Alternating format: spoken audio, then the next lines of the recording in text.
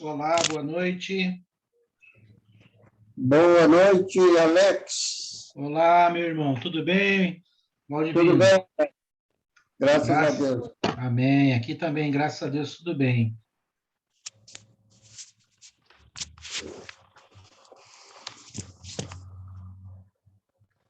Boa noite, meus queridos irmãos.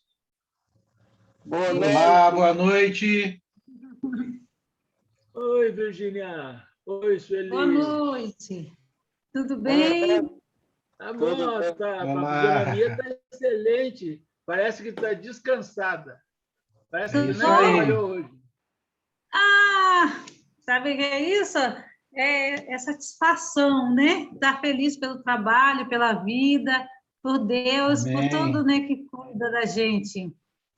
Verdade mesmo. Está sendo tão gratificante trabalhar. Eu estou uma semana e meia cuidando do senhorzinho, ele tem 90 anos. Precisa ver que diferença que está dando nele, por causa que, assim, ele precisa se mexer, né? Se mover, senão atrofia mesmo, qualquer um, né? E na idade que ele já está. E aí eu tenho feito bastante caminhada e alguns exercícios que eu tenho aprendido.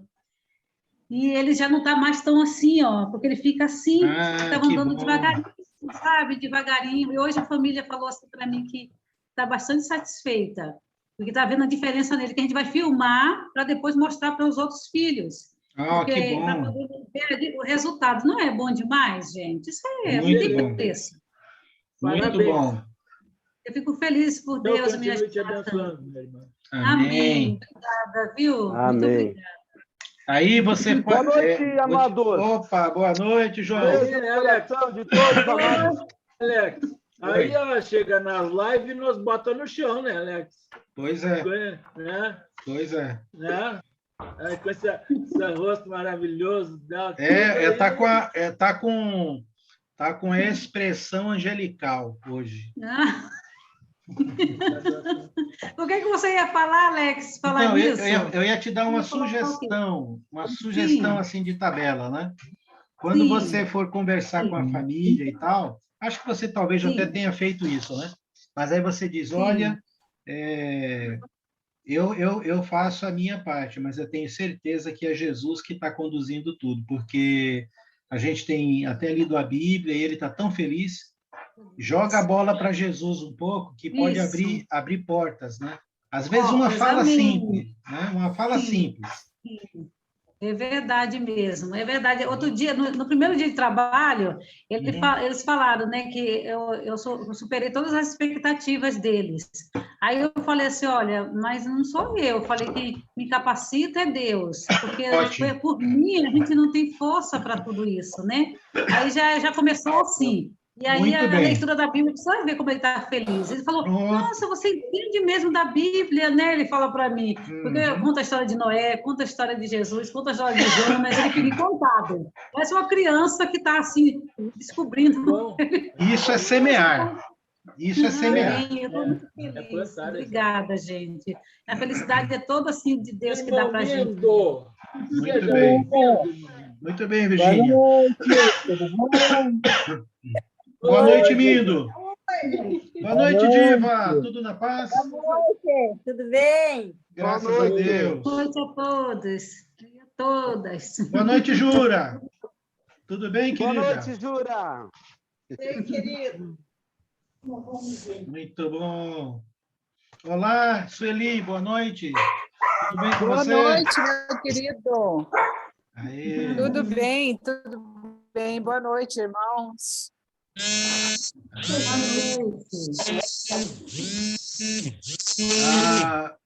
Boa noite, Valdo. Tudo em paz aí? Mais alto, estou sentado na outra cadeira. Boa noite, Valdo. Como é que está o brejão? E aí, meu irmão? Boa noite. Olá, povo de Deus. Boa noite. Boa noite, Boa noite José. a todos.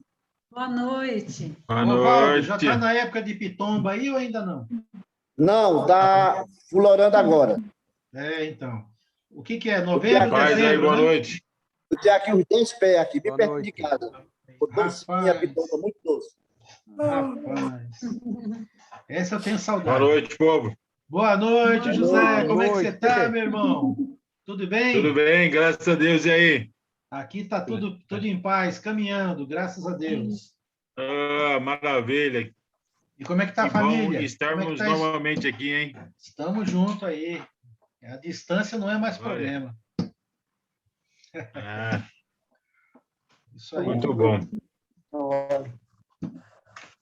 Boa noite, Fala, Luísa. Valdevino. Oi, boa noite, tudo Beijo, bom? Valdevino. Graças a Deus, tudo na Ei, paz. Que bom, graças a Deus. Temos aqui Igreja de Cristo.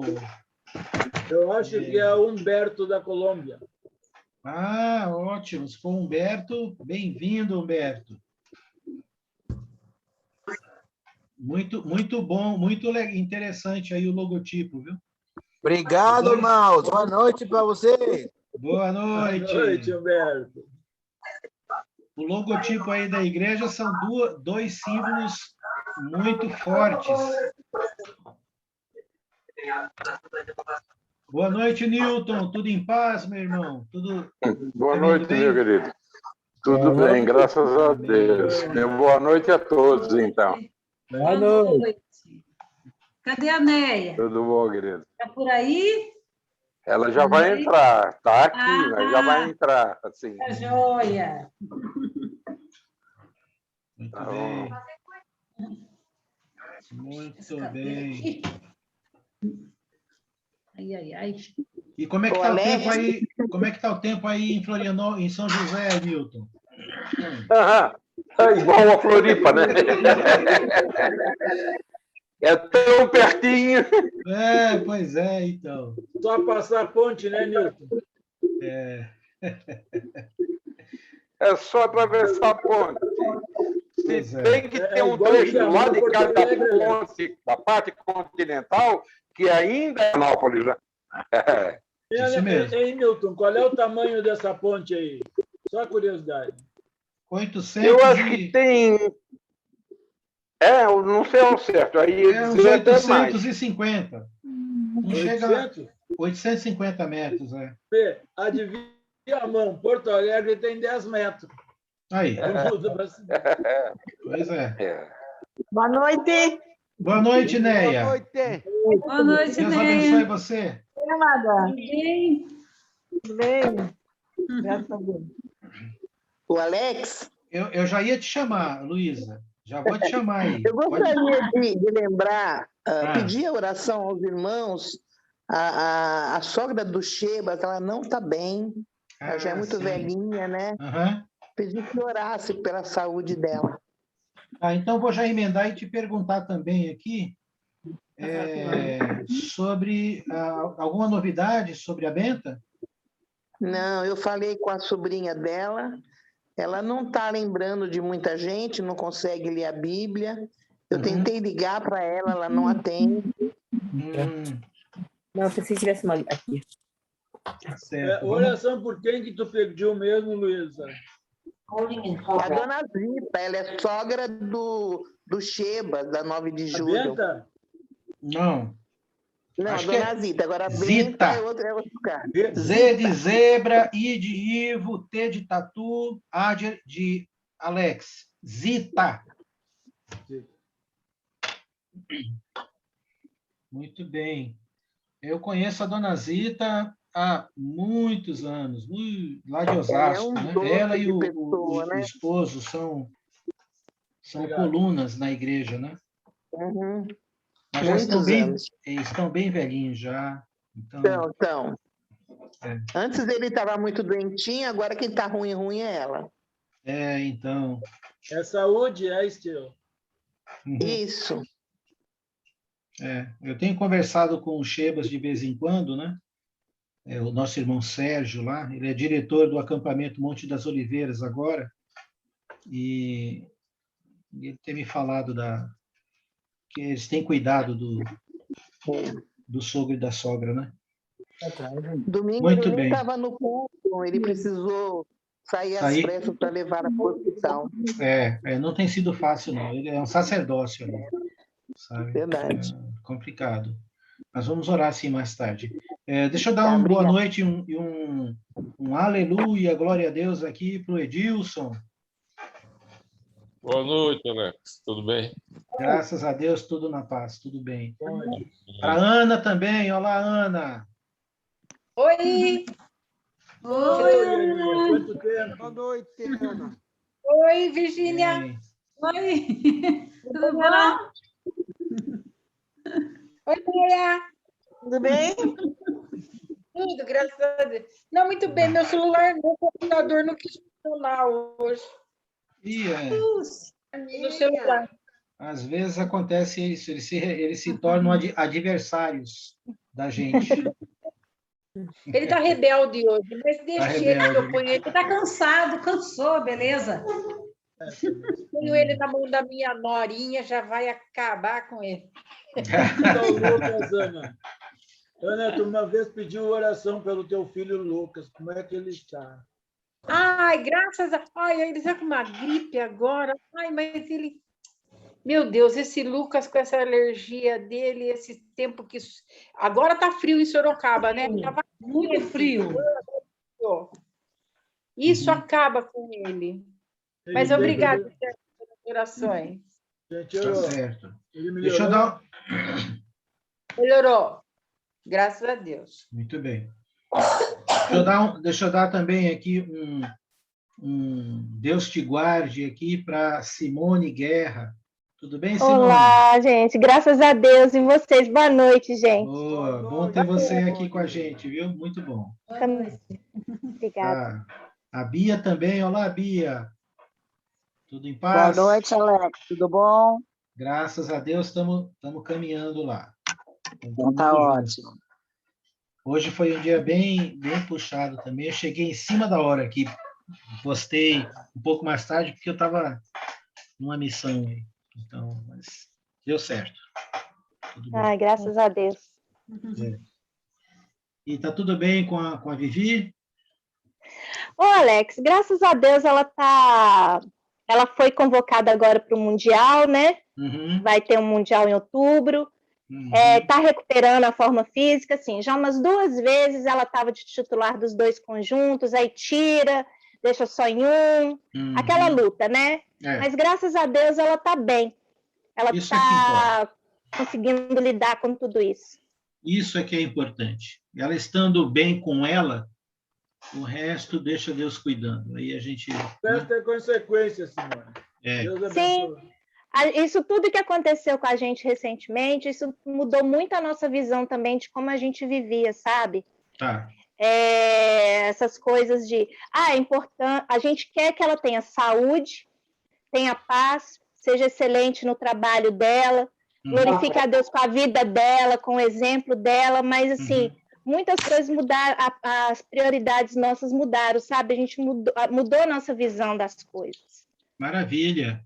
Bem-vinda ao fascinante e maravilhoso mundo do crescimento, da forja, né? Acontece... exatamente. Acontece o tempo todo com a gente. Com né? todos nós. Todos nós. Isso é uma bênção. Fico muito feliz de ouvir isso, viu? Muito mesmo. Ok, mais um minutinho aqui, está dando o nosso tempo. Olá, querida, tudo bem com você? Bem, obrigada. E você, Alex? Eu estou bem, graças a Deus, viu? Estou na paz aqui, ótimo. Na luta.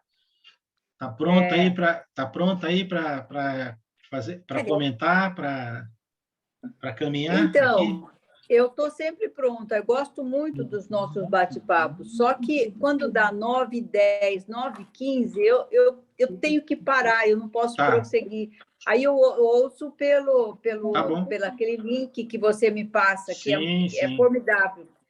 Além de eu ouvir e comentar com outras pessoas, eu tenho oportunidade também de levar a outros que não podem participar, né? Sim. É muito interessante isso.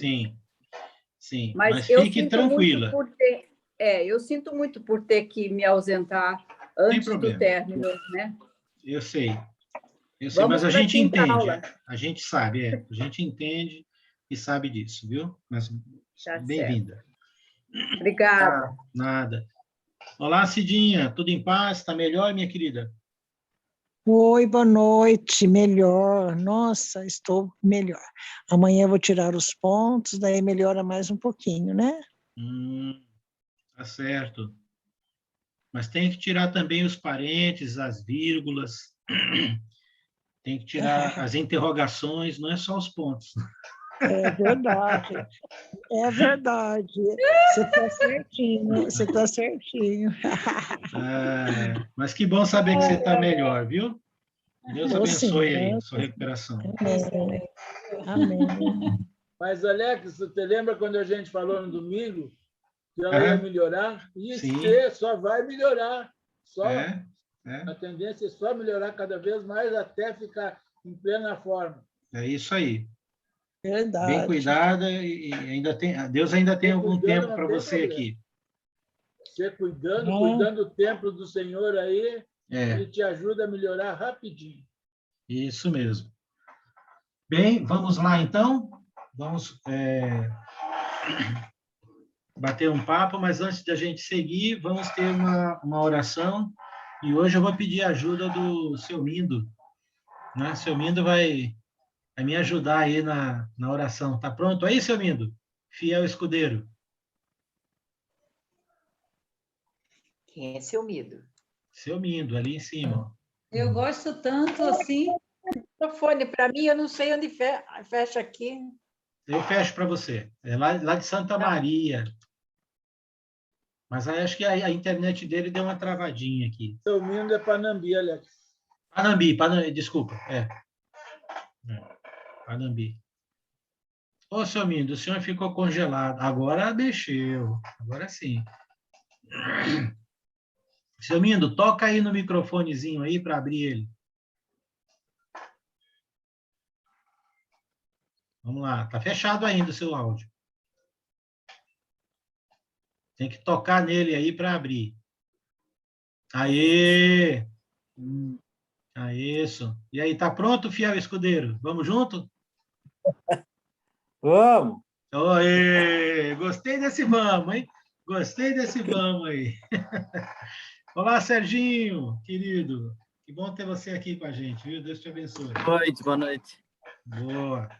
Então, vamos ter uma oração. Aí o seu Mindo vai me ajudar aqui numa oração responsiva, né? Ele começa, ele vai me seguindo aí. Santo Deus e amado Pai. Santo Deus e amado Pai. Muito obrigado por este encontro. Muito obrigado por esse encontro. Guia nossa mente. Guia nossa mente. Para que nós fiquemos na Tua palavra. Para que nós fiquemos na Tua palavra. E é em nome de Jesus que te oramos. Em nome de Jesus que te oramos. Amém. Amém. Está ficando cada vez mais ali firme. Logo, logo, seu Mindo, o senhor vai fazer a oração e eu que vou seguir, viu? Logo, logo. Vai um tempinho ainda aí, fica tranquilo. Excelente ideia, velho. Esses dias eu fiz uma oração. Na sexta-feira, seu Sérgio. Mas fez uma oração maravilhosa, Alex. A oração ela não foi curta e não foi a oração longa, ela foi aquela oração intermediária excelente. Ótimo. Excelente, maravilhosa. O seu Mindo e todos nós aqui, a oração mais conhecida no mundo que foi feita por Jesus não dá 10 segundos. Pequenininho, chama Pai Nosso. Então, a oração, ela não tem... ela não é medida em sua espiritualidade ou sua fé pela quantidade de palavras, de tempo que a gente passa orando. A gente pode, às vezes, fazer várias orações pequenas, né? Às vezes tem pessoas que oram 1 hora, 2 horas, não tem problema nenhum com isso. Mas a gente tem a tendência de achar que é mais espiritual quem passa mais horas contínuas orando. E isso não é bem assim. Alex, a do Elias também foi pequena, né? Bem pequena. E foi uma oração que foi ouvida na hora, né? Exatamente, isso mesmo. Então, o que importa é a gente estar sempre lembrando e falando com Deus, mesmo que seja por pouco tempo, isso não tem problema nenhum. Tá? Amém. É assim que a gente ora sempre no Espírito. O que é orar sempre no Espírito? É a gente treinar e exercitar, em vez de ficar conversando com a gente mesmo, a gente começar a conversar com Deus. Porque a maior parte do tempo você conversa com você mesmo, né? E será que vai ter hoje disso? Será que tá demorando a mandar aí o link? A gente fica o tempo todo conversando com a gente. Então, vai treinando você conversar com Deus. Puxa, Deus, o link está demorando, o que será que aconteceu? Né? Esteja com os irmãos aí para que dê tudo certo. Então, ele vai batendo papo com Deus, pronto. É assim. Aí vai bem, tá bom? O Marcos entrou aqui também, eu não sei se é o Marcos Rogério. Marcos Rogério, Alex. Boa noite. Ô, Boa meu noite querido, como é que você está, rapaz? Oramos por você, estamos lembrando de você. Tá tudo bem com a sua saúde, com a Neuzi? Como é que vocês estão? É razoável, né, Alex? Fazendo os exames, chegando naquela idade das dores, mas caminhando, graças a Deus. No Condor, Marcos? Hein, Rogério? No Condor para cá, Condor para lá. Bem-vindo ao clube. Pois é. Ai, ai. Mas que bom ver você, viu? Esse sorriso seu aí. Estamos felizes porque oramos muito por você. Continuamos orando. Por tua Obrigado, saúde e teus exames, tá, Marcos? Obrigado. Deus abençoe. Amém. O Paulo também está entrando agora, o Isaías acabou de entrar. Boa noite, sejam bem-vindos. Deus abençoe a vocês também.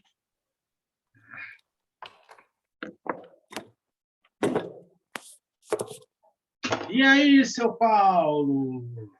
Isso!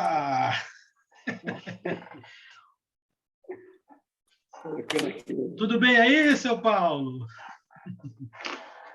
Sabe que o nosso irmão trainer favorito, olha. O nosso irmão Paulo César é personal trainer, professor de academia, né? Tem academia lá em Tem academia. Está no equipamento dele ainda. Tá dando então. Para ouvir, irmão? Tá dando para ouvir. Beleza. Tá. Boa noite a todos aí. Deus abençoe. Acabei agora de dar aula. Opa, acabei de estou aqui na academia ainda. Então tá bom. Que bênção, que privilégio ter você com a gente aí nessas condições. Que Deus abençoe. Amém. Bom, vamos lá então, vamos começar batendo um papo. A gente parou, eu vou compartilhar aqui uma tela onde nós paramos.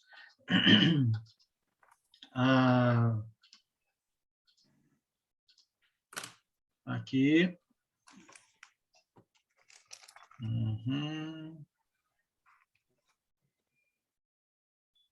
Ok. Nós paramos exatamente aqui em Lucas 4:13, quando nós estávamos falando sobre estratégias do inimigo, né? Nós estamos tratando nesse bate-papo sobre conhecendo o inimigo do ponto de vista do que o Novo Testamento, Jesus, principalmente, fala a respeito de Satanás, a respeito da estratégia da pessoa, né, dos planos, e de como nós nos prevenirmos e lidarmos com o inimigo, né, que é Satanás.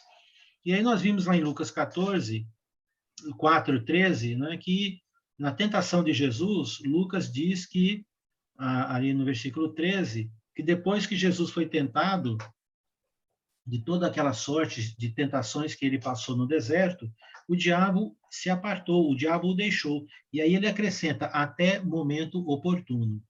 Isso quer dizer que, de forma contínua, assim como foi com o próprio Jesus, nosso mestre e Senhor, nosso irmão mais velho, também é conosco. Então, nós passamos por períodos de tentação, ou momentos de tentação, e momentos de alívio. E esses momentos de alívio, eles duram, mas duram até o momento oportuno para o inimigo novamente nos tentar. Eu não sei como é com você, mas eu lido com isso todo dia, de várias formas aí, né? Ele conhece meus pontos fracos e a gente está sempre nesta batalha. Então, quando Jesus foi tentado, a gente tem a ideia de que o próprio Jesus, sendo ele o Filho de Deus, tendo o Espírito Santo, não seria tentado. Mas o que nos deixa já muito alerta é o fato de que não quer dizer que Jesus não foi tentado antes do batismo dele, ele foi, mas é interessante que Jesus foi batizado por João Batista e logo na sequência vem um período de intensa tentação. Então, geralmente não, sempre quando eu promovo o batismo de alguém, ali naquele estudo que a gente faz antes do batismo e tal, né? Eu sempre falo que se essa pessoa, se você tomar essa decisão, pode ter certeza que duas coisas vão acontecer. Logo depois que a pessoa se batiza, a gente tem uma sensação de alívio e de conforto, de consolo, de alegria muito grande, né? A gente percebe isso. Algumas pessoas até choram, se emocionam, não é? Outras não choram, mas uma coisa é comum, é de sentir um alívio, sentir que você cumpriu a vontade de Deus, e isso deixa a gente alegre, porque Deus fica alegre. Mas eu também falo que a outra coisa que vai acontecer é que isso vai durar pouco, e ele vai ser tentado de uma forma muito intensa, porque foi exatamente o que aconteceu com o nosso mestre. Então, eu já digo para a pessoa que, olha, cada vez que você tomar uma decisão de fazer a vontade de Deus, e isso for algo pequeno, médio ou grande no que você faz, na mesma proporção o inimigo também está ali para tentar, não é? Então a gente tem que ficar esperto, ok? Mas esse, até o momento oportuno, demonstra a persistência do inimigo, tá? A persistência. Então, eu lamento informar isso, mas enquanto você estiver vivo aqui nessa terra, vai ser assim, tá? Alternando momentos de alívio com momentos de perseguição, de tentação, às vezes mais intensos do que outros. Isso é o que é. E nós havíamos falado também que íamos entrar hoje nessa questão de o inimigo usando pessoas. Lembra que na semana passada nós falamos do ponto de vista espiritual, lembra? Uma estratégia de Satanás é que ele age no sentido espiritual. E aí nós falamos algumas situações, como o engano, né? Promovido por revelações, promovido por milagres, promovido por espíritos, né? E aí isso tudo Jesus tratou. Lá em Mateus 24, Jesus falou, em outros textos também, o apóstolo Paulo, o apóstolo Pedro, quando falaram do inimigo, o livro de Apocalipse também, escrito lá por João, todos esses livros e algumas passagens esparsas falam que Satanás ele usa também essa questão dos poderes sobrenaturais ou de milagre, né? De forma mais restrita, mas ele usa. Por isso que nós cristãos não podemos ter a nossa fé baseada em milagres. Veja bem, nós cremos em milagres, nós cremos. Nós cremos que Deus tem poder para fazer o que Ele quiser. Nós cremos no poder de Deus, no poder do Espírito Santo como cristãos. Isso é inegável, irrefutável, ok? Agora, não é por causa desta crença que nós também não fomos alertados. Nós fomos alertados pelo próprio Filho de Deus que essa questão de sinais, prodígios e milagres não é sustentação para a fé de um cristão. E é exatamente usando essa estratégia que Satanás tem ganho muito terreno no mundo religioso, inclusive no mundo evangélico, mas também no baixo espiritismo, no ocultismo e tal. E Jesus já havia dito isso. Ele mesmo disse lá em Mateus 24, assim como disse também em Mateus capítulo 7, que sinais, prodígios e milagres não são fundamentos da fé de um cristão. Até porque, lá em Mateus 7, versículo 21, o próprio Jesus disse que muitos, olha a proporção, muitos naquele dia, no dia da volta dele, dirão, Senhor, Senhor, né? Nós curamos, pregamos e expulsamos demônio em teu nome. E Jesus, então, diz lá, afastai-vos de mim, vocês que praticam iniquidade, eu não conheço vocês. Por que isso? Porque o fundamento para a salvação não é o que a gente vê nem é o que a gente sente, né? O fundamento para a salvação está exatamente no que Jesus disse ali, se eu não me engano, no versículo 20 de Mateus 6, que é aquele que quer ir para o céu deve fazer a vontade do Pai. É aí que está a questão da salvação. É você fazer a vontade do Pai, buscando como intermediário, para te explicar esta vontade, Jesus, e não necessariamente pessoas, porque há um grande perigo de Satanás influenciar pessoas, inclusive usando essa questão de sinais, prodígios e milagres, com o intuito de enganar. Então, nós cristãos, e quando eu falo isso para algumas pessoas, de algumas linhas religiosas, sobretudo o movimento pentecostal, neopentecostal, quando eu estudo sobre esse assunto, que envolve o Espírito Santo, né, eu tenho que tomar muito cuidado e cautela para não passar a ideia para a pessoa que vai afastar ela de Cristo. E qual é a ideia? É dizer que milagre não existe, dizer que o poder de Deus não atua. Não é verdade, né? Eu conheço muitos irmãos e irmãs, alguns eu convivi com eles, que tiveram literalmente milagres acontecendo na vida deles, milagre mesmo, né? Algo que não se explica na lei natural, né, da natureza. Algo incomum, improvável, impossível de acontecer. Então, Deus age, ele tem poder, ok? Agora, não é por conta disso que nós vamos crendo em tudo que parece ser sinal, prodígio ou milagre. Cuidado, tá? Cuidado, porque há advertências severas no Novo Testamento sobre esse tema, sobre isso, ok? Então, nós temos que fundamentar toda a nossa experiência e a nossa expectativa no conhecimento desses assuntos através da palavra de Cristo, para não sermos enredados ou enganados pelo inimigo, ok? Aí, ficou como segundo tema, depois, que nós íamos falar sobre, nessa questão de estratégia, não apenas a questão espiritual, sobrenatural, mas também a estratégia de Satanás usar pessoas. Como que ele usa pessoas, né, em si? Saindo dos demônios, saindo daquela questão sobrenatural de aparições, revelações e assim por diante, né, que causa engano, nós vamos então agora ver o uso, a influência dele por meio de pessoas, ok? E aí nós temos um caso, alguns casos vão ser, algumas passagens nós vamos citar aqui. Mas esta aqui é bem interessante.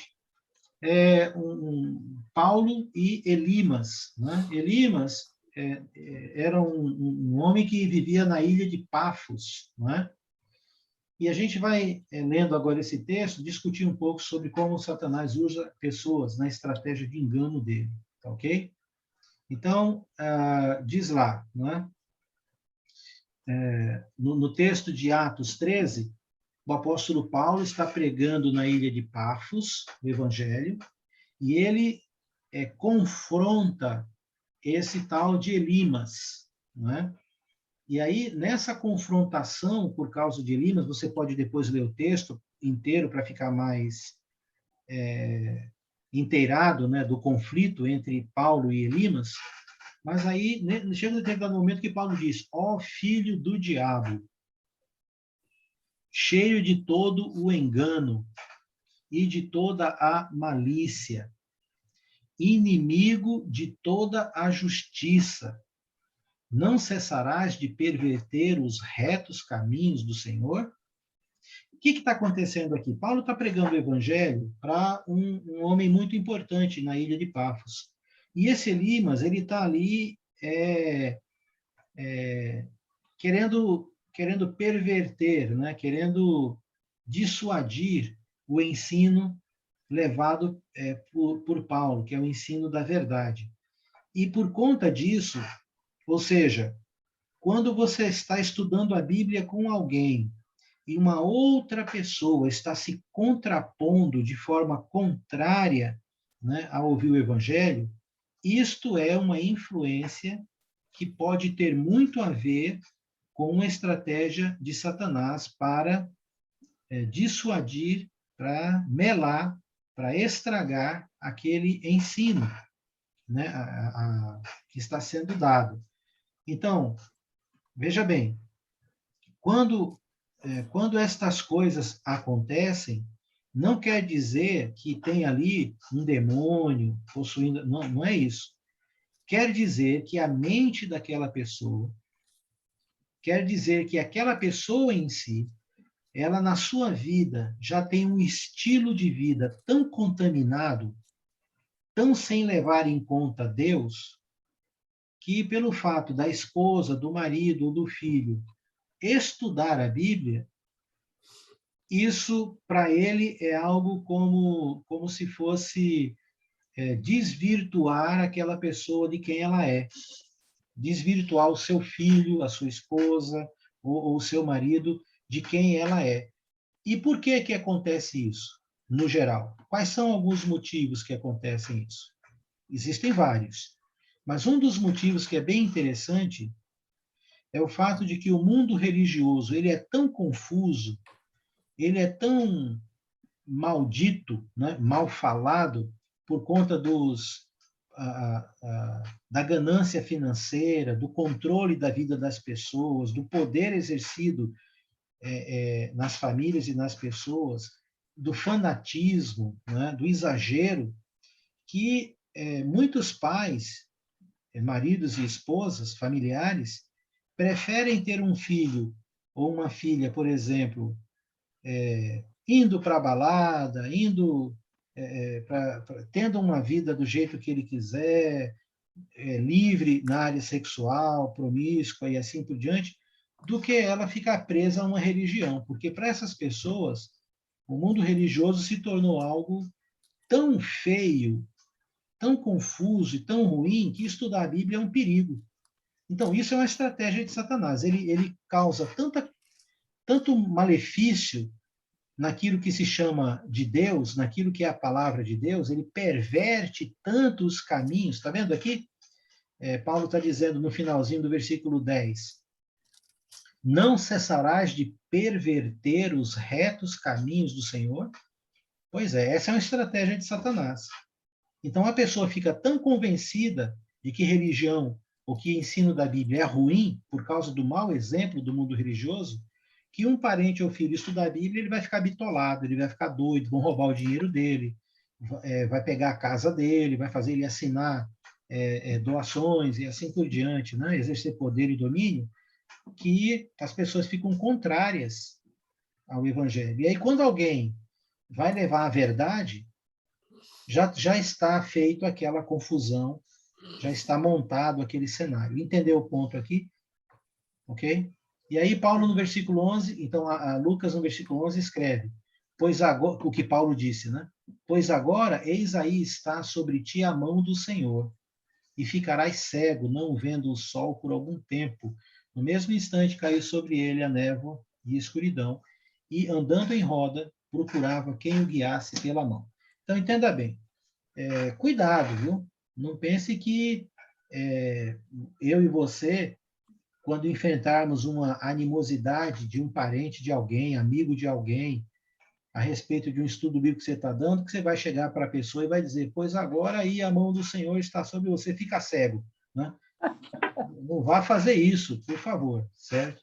Primeiro, porque quem está aqui nesse texto é um apóstolo, Paulo, escolhido e investido de poder e autoridade para esse tipo de procedimento diretamente pelo próprio Jesus. Então, o que isso ensina para nós? O que isso ensina para nós é que, independente dessas batalhas que a gente pode enfrentar, Deus ainda é Deus. E nós podemos orar, nós podemos apelar para Ele, e nós podemos entregar para Ele a questão de nos proteger, de proteger aquela pessoa. Então, é esse o aspecto que está envolvido aqui, independente se Deus quiser fazer uma atuação sobrenatural ou não. Nós falamos até, por exemplo, de exorcismo, né? Então, em alguns casos raros, pode acontecer de uma pessoa ser possuída, e o que o cristão deve fazer?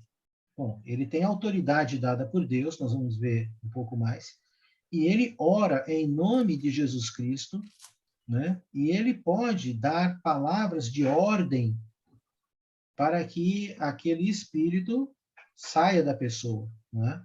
Então, não tenha medo de fazer isso, né? Se um dia acontecer isso, você faz o seguinte: ore ao Senhor, fale o nome de Jesus e peça a intercessão de Deus, né? Você tem autoridade dada por Deus para isso, então Deus ainda é Deus, ok? Ore antes, durante e depois, ok? Mas aqui a ideia é só para nós olharmos e vermos que há uma estratégia de Satanás usando pessoas para desvirtuar os retos caminhos do Senhor. Ele usa de várias formas, tá? Ele pode usar, por exemplo, amigos. A maioria de nós, quando nos convertemos, enfrentamos situações difíceis com os nossos amigos. Haja visto os costumes e hábitos que muitos de nós tínhamos com os nossos amigos, né? De beber, de fumar, de usar droga, de falar palavrão, de falar sobre os assuntos pesados ou inconvenientes e tal. E quando uma pessoa se converte, começa um processo natural, espiritualmente natural, de que ela não vai mais, ela nem se sente bem. Alguma coisa na mente dela, e é o Espírito Santo, começa a atuar e ela se sente mal falando aquelas coisas. E é um processo que a Bíblia chama de santificação. Então, há uma mudança, né? E os amigos vão perceber. Mas muitos amigos vão ser amigos espírito de porco. Vão querer testar a gente, né? Vai querer pagar o preço, pagar a pinga, pagar a droga, convidar para ir para alguma atividade que é fora da casinha, né, com relação a Deus. Isso vai ter sempre. Então, não basta só a nossa tentação pela nossa própria cobiça, mas também tem os desvirtuadores, né? Ok? Então, alguns exemplos práticos também aqui. Judas, em João 13:2, João diz assim, ó, durante a ceia, tendo já o diabo posto no coração de Judas Iscariotes, filho de Simão, que traísse Jesus. O que significa aqui o diabo pôs no coração de Judas? Isso aqui, meu irmão, minha irmã, é um trabalho estratégico de Satanás. Isso não aconteceu no estalar de dedos naquele momento lá. Não foi naquele momento da ceia que aconteceu. Naquele momento da ceia, se concretizou o que ele ia fazer para atrair Jesus. Mas isso já vinha rolando na vida de Judas há muito tempo. Ele acompanhou Jesus 3 anos. Mas João revela para nós que ele cuidava do dinheiro e roubava. Metia a mão, né? Então, quem que estava fazendo isso? Ele dissimulava. Quando a mulher lá quebrou o vaso de alabastro para lavar os pés de Jesus e secar com o seu cabelo, Judas foi o primeiro a dizer, por que fez isso? A gente podia ter muito dinheiro aqui para dar aos pobres. Mas, na verdade, ele estava olhando para ele, egoísta, né? O nosso irmão Severino, que congrega lá em Curitiba, um cristão antigão, um dos primeiros cristãos aqui da igreja no Brasil, ele tem uma teoria que eu acho muito interessante a respeito de Judas, né? Por que Judas traiu Jesus, né? Ou seja, entre outras palavras, qual foi a estratégia que Satanás plantou no coração de Judas? E eu achei muito interessante, ele compartilhou isso comigo há muitos anos atrás. Ele disse, olha, Judas, ele traiu Jesus não porque ele estava interessado naquelas 30 moedas de prata, é o que a gente pensa, isso é uma possibilidade. Porque ele depois devolveu. Se fosse pelo dinheiro, ele teria pego aquele talento, né, aquela fortuninha ali que ele pegou e dado no pé, né? Jesus foi preso, vou desfrutar, vou para Cancún desfrutar da minha fortuna, né? Mas ele não fez isso. O que ele fez? Ele devolveu, né? Jogou lá. Por remorso ou não, mas ele devolveu. Então, qual seria uma opção? Então, nosso irmão Severino disse o seguinte, o ponto fraco de Judas era realmente o egoísmo e a área financeira. Era. Mas pense comigo, se os discípulos pensavam que Jesus seria um novo rei e que o reino dele era desta terra e que ele restabeleceria a glória de Israel, porque era isso que todo judeu pensava, que um dia, quando o Messias viesse, ele iria restaurar o reino como era na época da glória de Davi e Salomão. Eles pensavam num reino físico, ok? Então, e se Jesus é esse rei, é o Messias, e ele vai restaurar o reino, e se Jesus tem 12 discípulos, esses 12 discípulos seriam 12 ministros, conselheiros do rei. E quem seria o ministro da fazenda?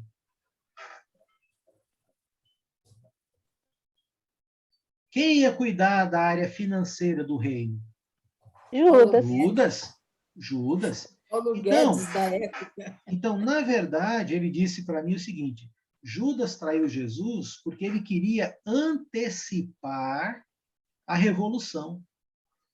Jesus estava pregando, ensinando, já tinha 3 anos e nada estava acontecendo. Você já contou isso, não contou? Já uma vez, eu acho, há um tempo atrás. Porque eu falei assim, parece que eu já conheço a história, então foi você. Então, Judas, ele se antecipa no sentido de que, se ele entrega Jesus, aí a revolução começa. E o reino vai estourar o reino, porque Jesus é o rei, né? E aí, o que aconteceu, na verdade, é que, embora o dinheiro esteja ali junto, mas o que estava, na verdade, na mente era o poder, era a antecipação do reino. Então, veja bem, quem que colocou essa estratégia no coração de Judas, usando a fraqueza dele? Só que a fraqueza dele para ser o ministro da fazenda, né? O homem do dinheiro, do reino, que estava para vir, que Jesus seria rei. Então, a cobiça, né, aqui foi usada. Está entendendo a questão? Então, assim, nós temos pontos fracos, todos nós temos. E, geralmente, todos nós temos entre 1 e 3 mais fracos ainda. É aquele que você briga todo dia, né? Você sabe qual é o seu, eu sei quais são os meus. Então você acha que Satanás vai investir em que áreas? Ele é estrategista, né? Então, ele vai sempre arrumar meios para poder te seduzir nessas áreas de ponto de fraqueza. E para ele chegar a Jesus, né, para ele poder alcançar Jesus, ele usou pessoas. E ele usou pessoas do próprio meio de Jesus. Agora, Judas não foi o único, tá? Judas não foi o único. Pedro também. E, na verdade, todos os outros também foram. Mas vamos colocar aqui como representação Pedro, né? Olha lá, Lucas 22, 31. Jesus disse: Simão, Simão, eis que Satanás vos reclamou para vos peneirar como trigo. Eu, porém, roguei por ti, para que a tua fé não desfaleça. Tu, pois, quando te converterdes, fortalece os teus irmãos. Essa é uma passagem meio que emblemática aqui, mas ela revela algumas coisas para nós. Revela o fato, e é muito parecido essa expressão aqui com a expressão que Satanás usou para falar de Jó na presença de Deus. O contexto é que Satanás chega na presença de Deus e vai reclamar sobre quem? Sobre Jó, né? Então, Satanás está sempre reclamando alguém. Reclamar aqui no sentido é falar algo repetidamente. Então, ele está sempre acusando, ele está sempre jogando, e ele não para de fazer isso. E aqui a ideia é que Satanás ele tinha planos bem específicos para Pedro. Talvez por causa da natureza impulsiva de Pedro, um falastrão, né? Uma pessoa impulsiva, né? Então, talvez Satanás aí viu essas fraquezas e Pedro seria usado. E aqui é interessante, por quê? Porque você pensa que Jesus ele só defendeu Pedro, ou você entende que ele ainda defende a gente também, hoje, até hoje? Sim. Então, isso não é um privilégio de Pedro, né? Até hoje, Satanás está peneirando a gente também. Até hoje. E quem é o nosso defensor? Quem é aquele que está diante de Deus e, não é? E mostrando lá as feridas das mãos, né? E aí, mostrando lá as feridas, o lado dele, intercedendo por nós? Jesus. A Bíblia também diz que o Espírito Santo também tem essa função. Lá em Romanos... Alex, ele está nos acusando dia a dia? Sim. Não, né? Sim, a ideia é que ele reclama. Isso não quer dizer que ele está diante de Deus ou diante de Jesus, tá? Isso não quer dizer que ele está ali tendo acesso agora a Deus para falar essas coisas. Não. Ele é chamado em Apocalipse de o acusador. Então, o que Satanás faz é nos induzir de várias formas ao erro, para que ele tenha elementos e argumentos para poder nos acusar, dizendo que nós não somos dignos, nós fizemos isso, isso, aquilo, outro. Tem um filme interessante de cunho católico, de Ariano Suassuna, né, chamado Alto da Compadecida, é uma comédia até, e tem uma parte lá que eles vão, Satanás, o tribunal está pronto lá, e aí Satanás vai acusar, né? E aí que ele chega lá, e nessa parte é bem interessante, porque Satanás começa a falar o pecado de todo mundo ali, do padre, de todo mundo, distribuir, né, ali. É claro que nós sabemos que não é função de Maria interceder, né, a função de intercessão, e é muito claro isso, nós só temos um mediador entre Deus e os homens, e é Jesus. Então, nesse sentido, é Jesus quem intercede no tribunal de Deus, ele é o nosso advogado, né? Como diz lá em 1 João, capítulo 1, e no finalzinho do texto ali, começando o capítulo 2, versículo 1, também de 1 João. Jesus é o nosso advogado, ele nos representa diante de Deus. Agora, aqui é uma estratégia. Então, veja bem, Satanás, ele está escrevendo um diário sobre nós, se quiser entender essa analogia. E esse diário consiste nos nossos pecados. Então, nós devemos ficar espertos, porque qual é o antídoto que tem para que, quando ele for nos acusar, Deus não saiba, não tenha os pecados lá escritos nos livros? Qual é a ferramenta que Deus nos dá? Ou quais são algumas delas? Por exemplo, arrependimento. Matou, essa é uma. Perfeito. Então, o diabo está lá escrevendo os nossos pecados. Mas, quando nós nos arrependemos, e não importa quantas vezes isso aconteça, uma vez Pedro questionou Jesus sobre quantas vezes ele deveria perdoar um irmão que cometesse algum pecado contra ele. 7 vezes? E aí Jesus falou, não apenas 7, mas 70 vezes 7 num dia. O que isso significa? Significa que o caráter de Deus para nós é nos perdoar, mas quando o arrependimento é genuíno. Isso não quer dizer que o arrependimento é genuíno quando a gente comete só aquele pecado uma única vez, se arrepende e pronto. Não, porque se fosse assim seria bom demais, né?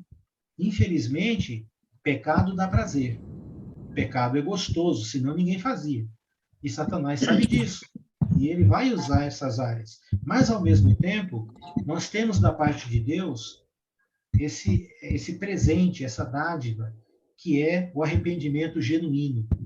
E aí, como está lá em Atos capítulo 2, com relação ao batismo, por exemplo, o arrependimento ele tem uma ação completa, né? Arrependei-vos, né? Pedro então diz lá em 2,37, né? Para todos lá, cada um de vós, né?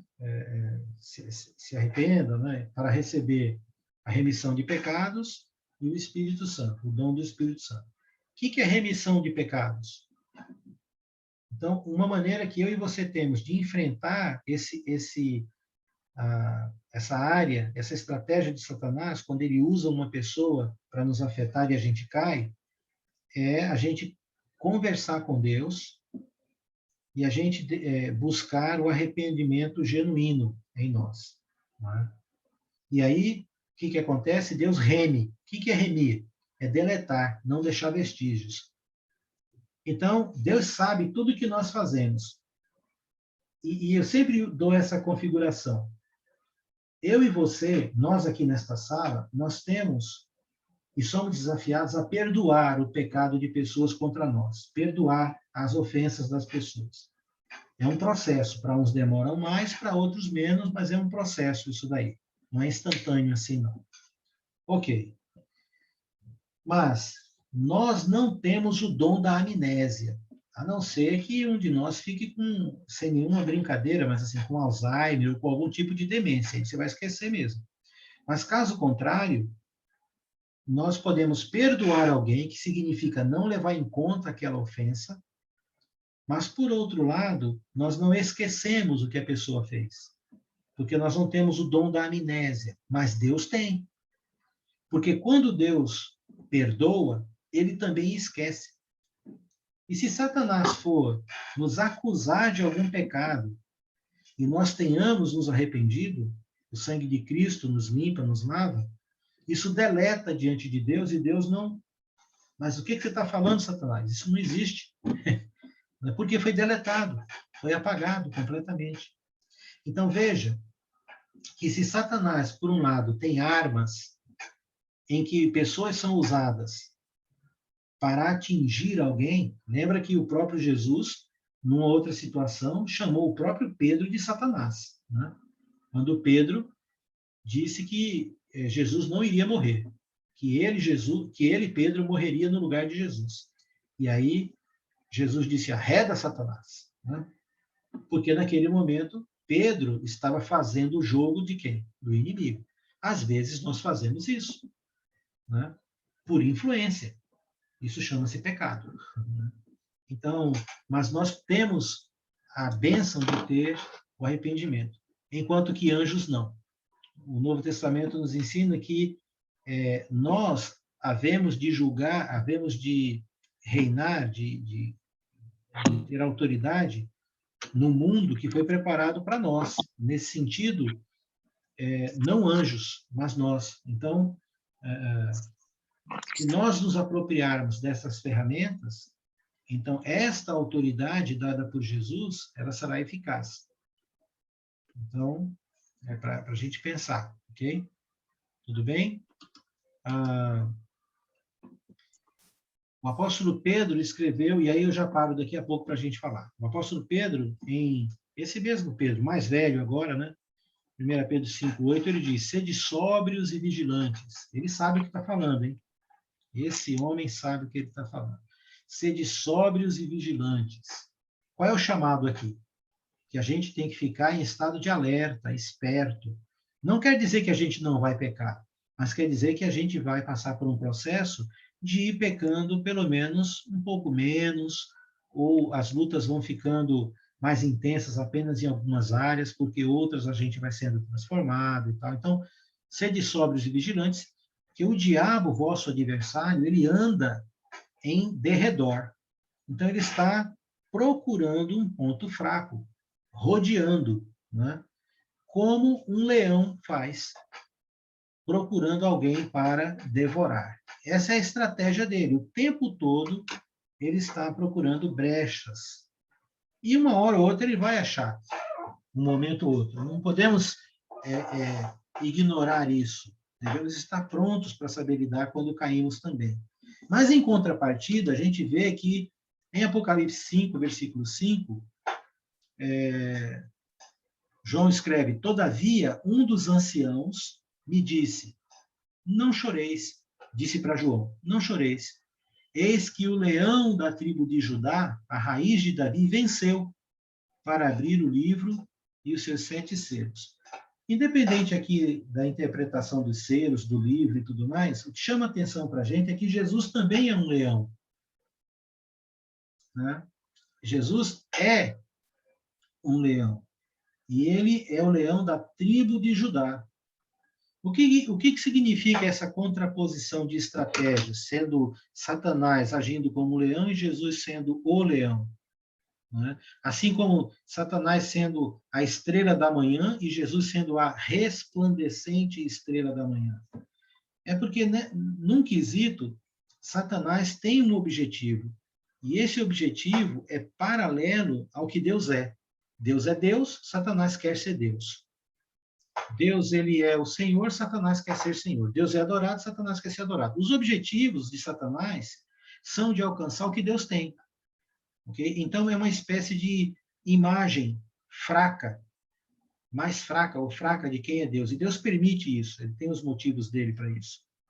Mas aqui, Jesus se apresenta como o leão de Judá, só que, num sentido inverso, esse leão, ele tem uma tribo, né? Esse leão defende um povo, é diferente. E foi exatamente pensando nisso que C.S. Lewis escreveu Nárnia, né? Um filme que teve 2 episódios, né? E que originou-se de um livro escrito por C.S. Lewis, um escritor com base cristã, e que escreveu, então, esse conto famoso que virou filme e tal, que é Nárnia, né? Então, as Crônicas de Nárnia. Jesus é o leão, né? Jesus é aquele que defende. E é interessante porque, se de um lado existe uma estratégia de morte, se de um lado Satanás não nasce uma criança nesse mundo que ele não almeje, que ele não queira deturpar, por outro lado, tem Jesus, com as suas armas e ferramentas, que na verdade somos nós, os cristãos, para contrapor a isso, a esse contexto, a essa situação. E é por isso que você não morreu ainda, viu, Marcos? É por isso que você não morreu ainda também, viu, Cidinha? Nem eu, nem ninguém que está aqui. Porque nós ainda somos ferramentas neste mundo úteis ao Senhor nesta batalha que é travada entre o bem e o mal, disputando pessoas. Não esqueça disso. Tenho certeza disso. Amém. Uma eficiente estratégia de Satanás é atacar tanto você que você fica consumido pela sua própria batalha, sua própria luta pessoal, e esquece que você é um soldado de Cristo para atuar na vida de outras pessoas além da sua. Já passou por momentos assim? Né? Já passou por momentos assim, em que você se sentiu consumido com as suas fraquezas, as suas batalhas, as suas lutas? Tem pessoas que ficam anos olhando para si mesma e dizendo, puxa, por que isso acontece comigo? Por que só comigo? Que coisa? Aí Satanás fica ali, ó, isso mesmo, autocomiseração, isso mesmo, foca em você, isso mesmo, pensa só na sua luta, porque enquanto a gente estiver consumido por nós mesmos, nós não temos tempo para o outro, nós não temos condições de ajudar o outro. Então, ele vai paralisando, né, cristãos com ataques para que o cristão fique consumido em si mesmo. Isso é uma estratégia. E sabe quem ele usa, às vezes? Família. Ele usa pessoas mais próximas da gente. Os de longe não interessam tanto a gente. São os de perto que geralmente se torna problema. É por isso que Jesus disse, aquele que amar mais pai, mãe, irmão do que a mim, não é digno de mim. Por quê? Porque, às vezes, a sua luta vai ser com pessoas do teu lado. E aí você fica tão consumido com isso, tão decepcionado, triste, nervoso, chateado, depressivo, que você deixa de ser a ferramenta, o instrumento de Deus na vida de outras pessoas. Então, aí, o que acontece? Quando a gente desperta para as ferramentas que a gente tem, o Espírito Santo, anjos, Deus, a palavra, a oração, perdão, arrependimento, confissão, não é? E a gente se torna uma pessoa grata, apesar das batalhas, a nossa própria batalha pessoal passa a ter um efeito diferente, porque as pessoas, elas que estão ao nosso redor, elas começam a ver como é que eu e você lidamos com os nossos erros, os nossos pecados, os nossos conflitos. E aí, eles veem uma diferença por conta da nossa fé, da maneira como nós estamos. E aí muda o cenário. Está vendo como é sutil? Mas, então, Satanás, ele é assim, ele é astuto, ele vai... É um buraquinho só, um negocinho ali. E se a gente não cuidar, não se arrepender, não confessar ao Pai e tal, nós vamos nos enredando e terminamos sendo mal para nós mesmos e para outras pessoas. Eu vou parar um pouquinho agora. Já tem material bastante aí para a gente comentar, perguntar e assim por diante, né? Vamos lá. Entendeu bem essa dinâmica de pessoas sendo usadas para nos afetar?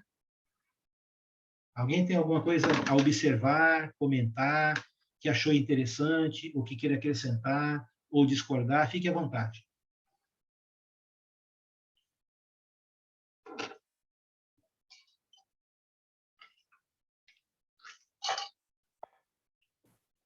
Ou todo mundo entendeu muito bem, ou ninguém entendeu nada. Então, eu gostaria de saber a sua opinião.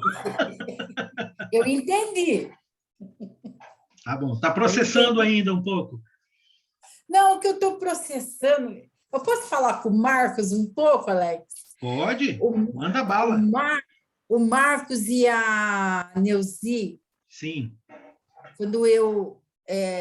já fazia um tempo que eu estava na igreja, daí o Marcos Feitosa, né? E a Isabel Feitosa me contaram que os dois, onde eles moravam, né, não tinha a igreja, né? E a Isabel me contou como que eles faziam, né?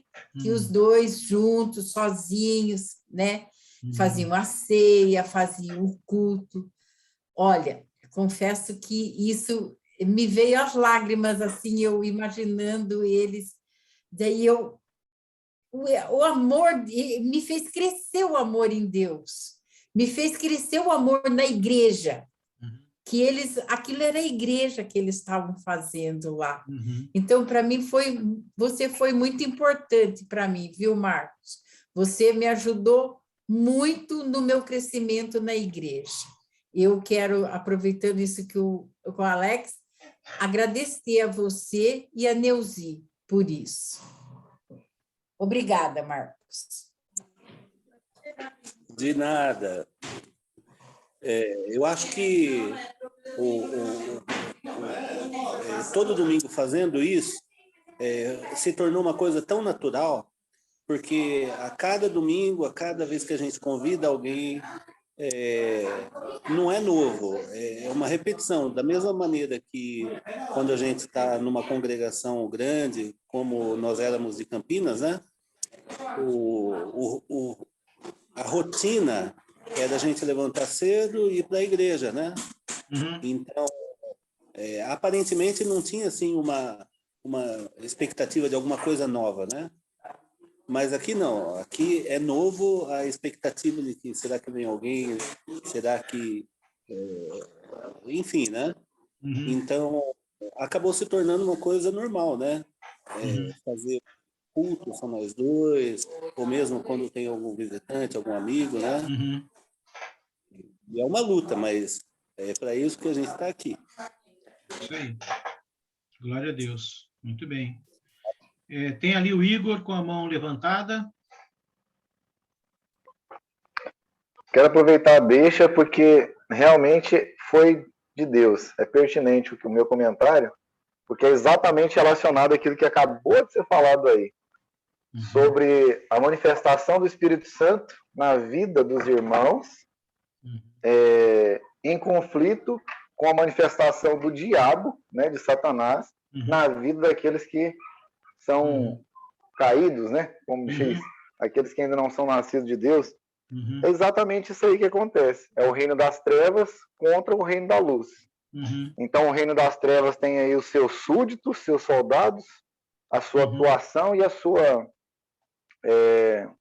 como que eu posso dizer, a sua influência, né? Os seus influenciadores, que são os anjos caídos, e os seus influenciados, que são as pessoas que não têm comunhão com Deus.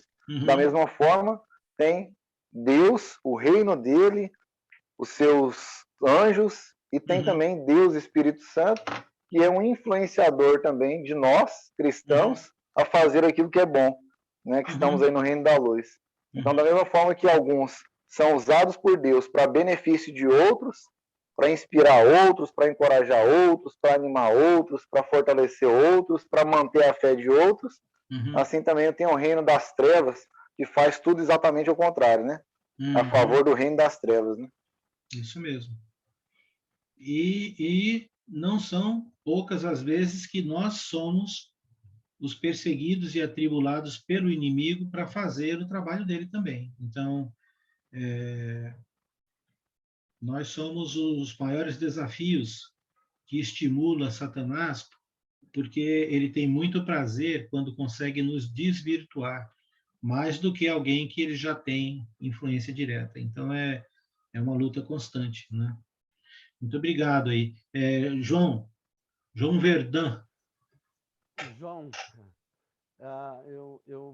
isso que tu falou, né, de os discípulos não, até então ali como eram judeus, ainda estava confuso na mente deles ali ainda, né, sobre que realmente quem era Jesus. Aí Jesus lá com eles lá naquela peça lá que ele entrou, ele disse, né, bem-aventurado aqueles que não viram, né? Você creu porque viu. Muito né? muito baixinho, João. Para mim tá normal, viu? Tá bom? Para mim tá.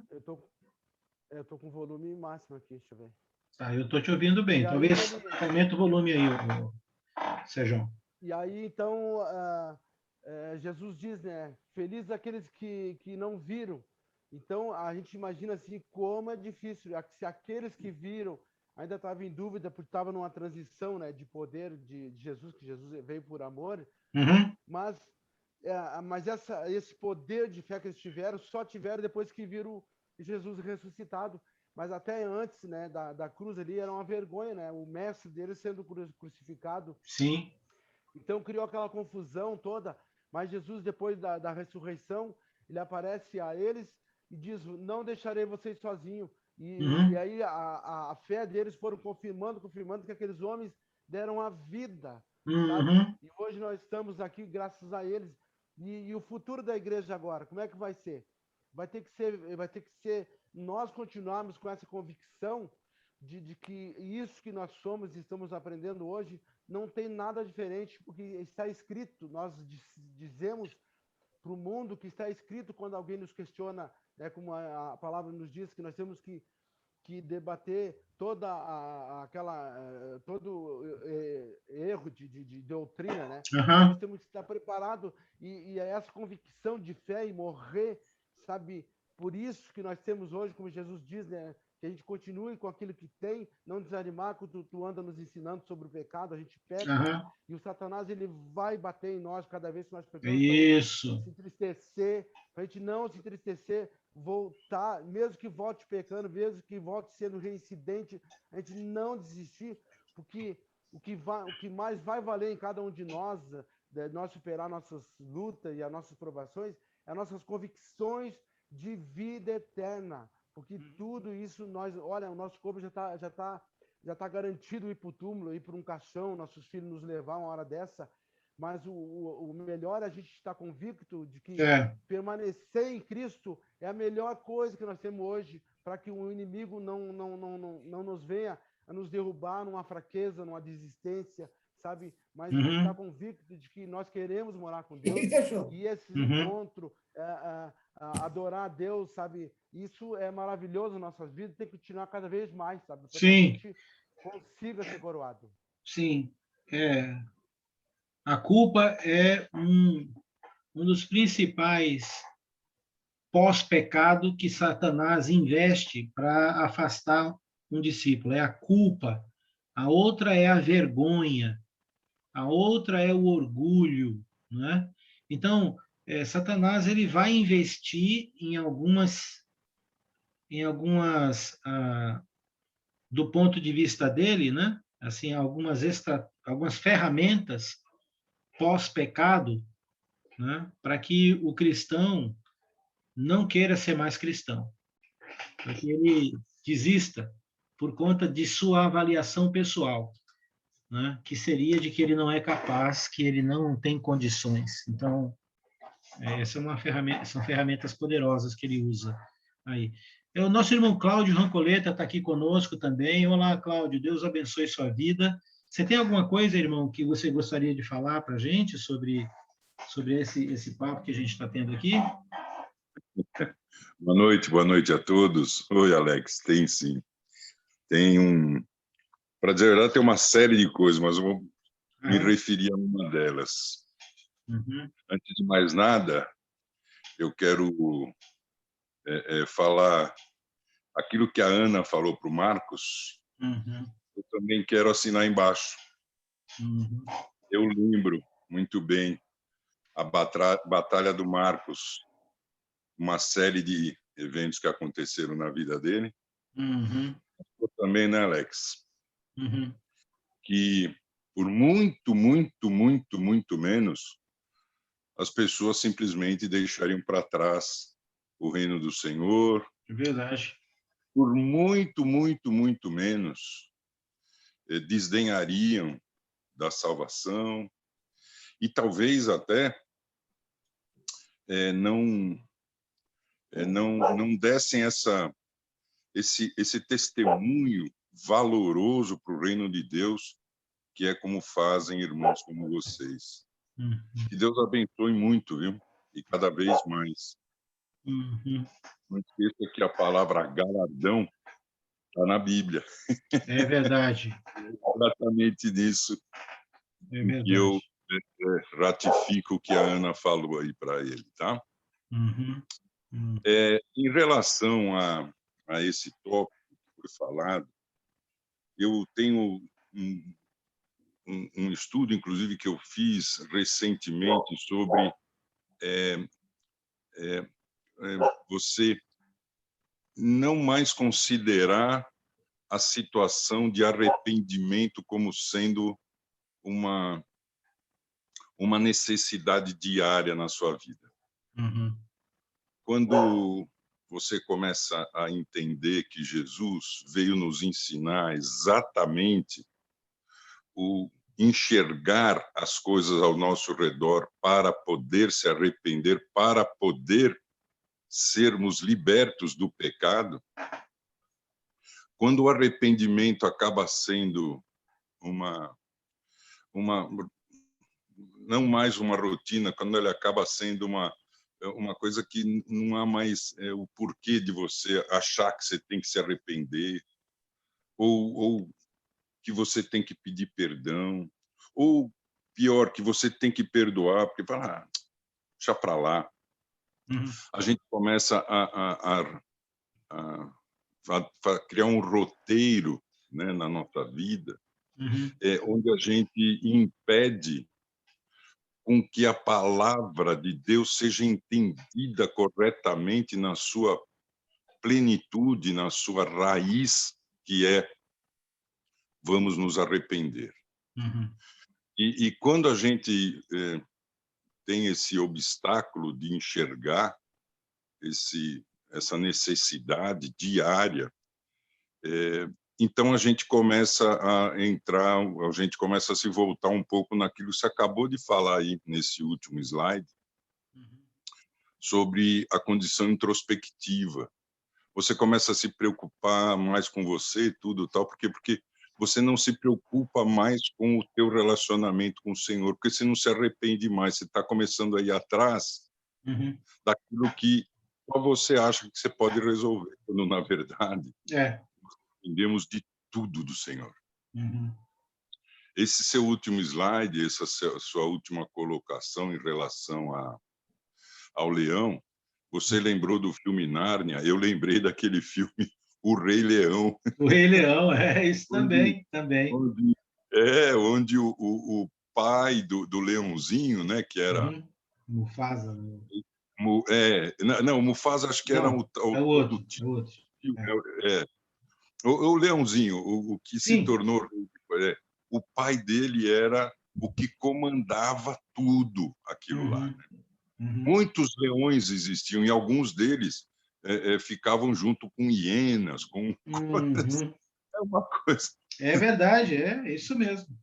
Eles se juntavam para derrubar o rei e tudo tal, mas a firmeza do pai levou o Leãozinho a, mesmo passando por todos os problemas dele e tal, reconhecer um momento que ele tinha que tomar conta, ele tinha que fazer parte daquilo que ele foi concebido para fazer. Você falou muito bem. Nós estamos aqui ainda porque é vontade de Deus. Portanto, vamos abraçar isso e vamos louvar Ele todos os dias, desde o nosso arrependimento, oração, pedir perdão e principalmente perdoar, amar quanto pudermos. Obrigado por você ter permitido eu falar. Amém. Essa é a nossa batalha, essa é a nossa luta. Cláudio. Oi, Cláudio. Muito obrigado pelas palavras. Muito obrigado pelas palavras. O Alex esteve bem próximo de mim quando me converti, então ele conheceu bem a minha vida pregressa, né? Mas o fato é que o Senhor tem preparado a cada um de nós para isso mesmo, né? Então, é tudo muito bom a gente ouvir, relembrar as bênçãos, as dificuldades, mas no dia a dia a gente não pode ficar levando em conta as dificuldades. Oi, irmãos, boa noite. Eu preciso sair. Ok, Humberto, que Deus te abençoe. Obrigado. Amém. Eu penso, versículo. Continue, Marcos. Então, e o ponto é que para cada um de nós, o Senhor ele tem preparado algo muito especial, ainda aqui na nossa vida, né? Aqui nessa vida terrena. E para isso, para ele chegar no objetivo das nossas vidas, ele está nos preparando para que a gente vá devagarzinho, amadurecendo. Então, na realidade, não importa muito as dificuldades que nós passamos, mas o que importa é nós aproveitarmos as dificuldades para nós amadurecermos, porque ainda tem muita gente para a gente colocar debaixo do braço. Sim. Ou colocar debaixo da barriga. Sim. Né? Exato. E os nossos confrontos pessoais, as nossas batalhas, nas mãos de Deus, sob a orientação da palavra dele, né? Com a atuação do Espírito Santo e assim por diante, é exatamente a maneira que Deus nos forja, ou quer nos forjar, para sermos instrumento na vida de outras pessoas. Olha que coisa interessante, né? Eu diria que coisa louca, né? Do ponto de vista da natureza humana, é meio louco, né? Eu estou cursando psicanálise, né? E tenho já estudado muito material, mesmo antes de cursar na área de conhecer a estrutura do ser humano, a psique humana.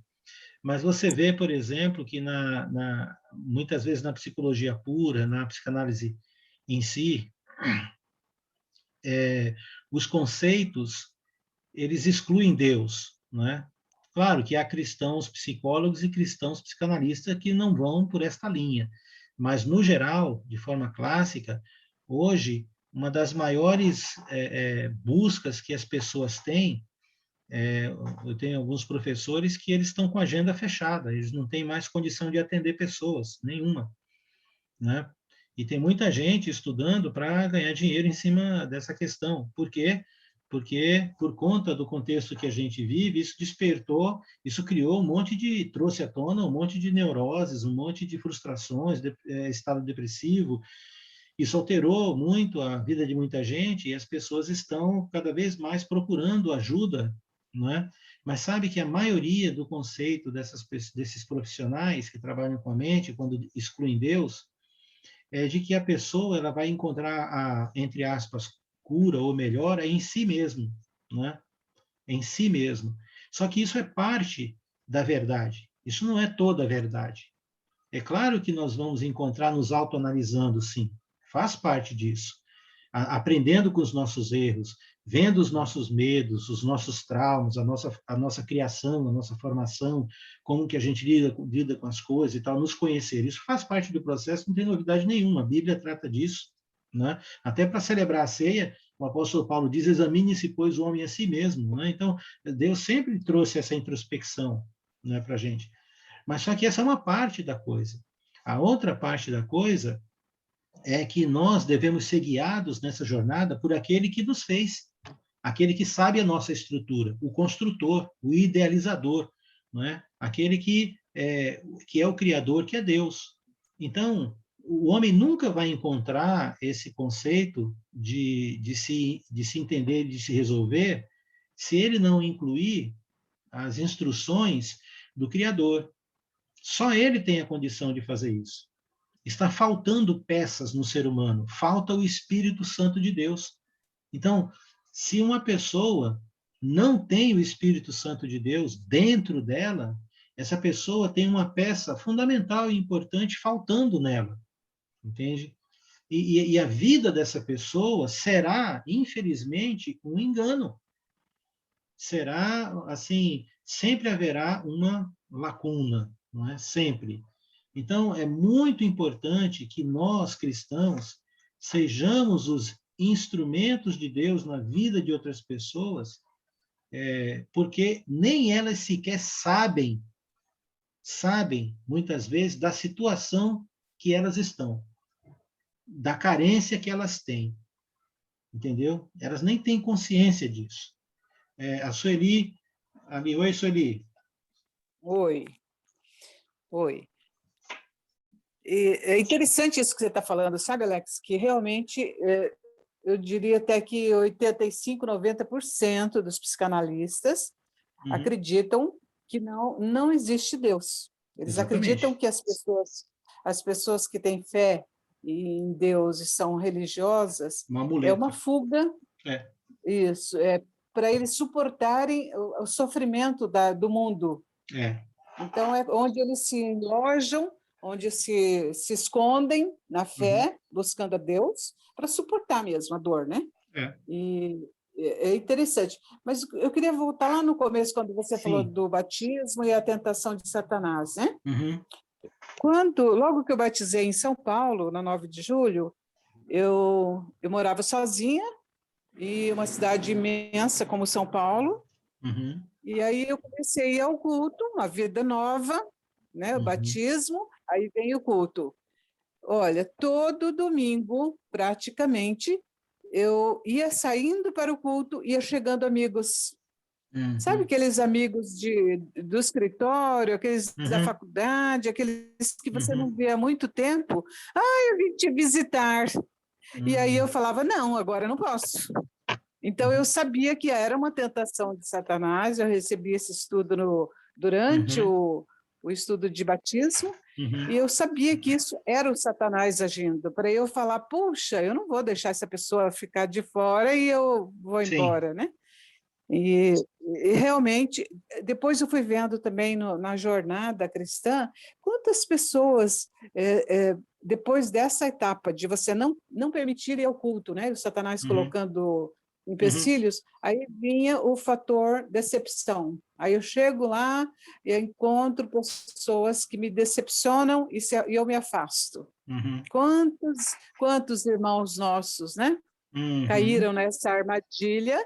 E agora, voltando na psicanálise, quando você tem o autoconhecimento e você tem a consciência de si mesmo, você para de apontar para o outro, né, e chama a responsabilidade para você mesmo. Isso. Entendendo que a decepção foi o excesso de expectativas suas. Ninguém é obrigado a cumprir as suas expectativas, né? Muito bom. Muito obrigado pelo seu comentário. E a nossa irmã Sueli é psicóloga, né? Já trabalhou na área pública também, atendendo pessoas. Hoje ajuda algumas irmãs e irmãos também atendendo. Então, obrigado, porque você tem conteúdo, né? Tem experiência para falar sobre isso.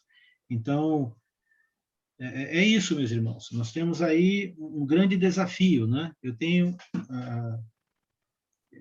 que dizer isso, que não é fácil, mas é exatamente por não ser fácil e por conta de tantos problemas, dificuldades, que a jornada se torna muito interessante. Ela se torna um meio para que outras pessoas sejam inspiradas, ok?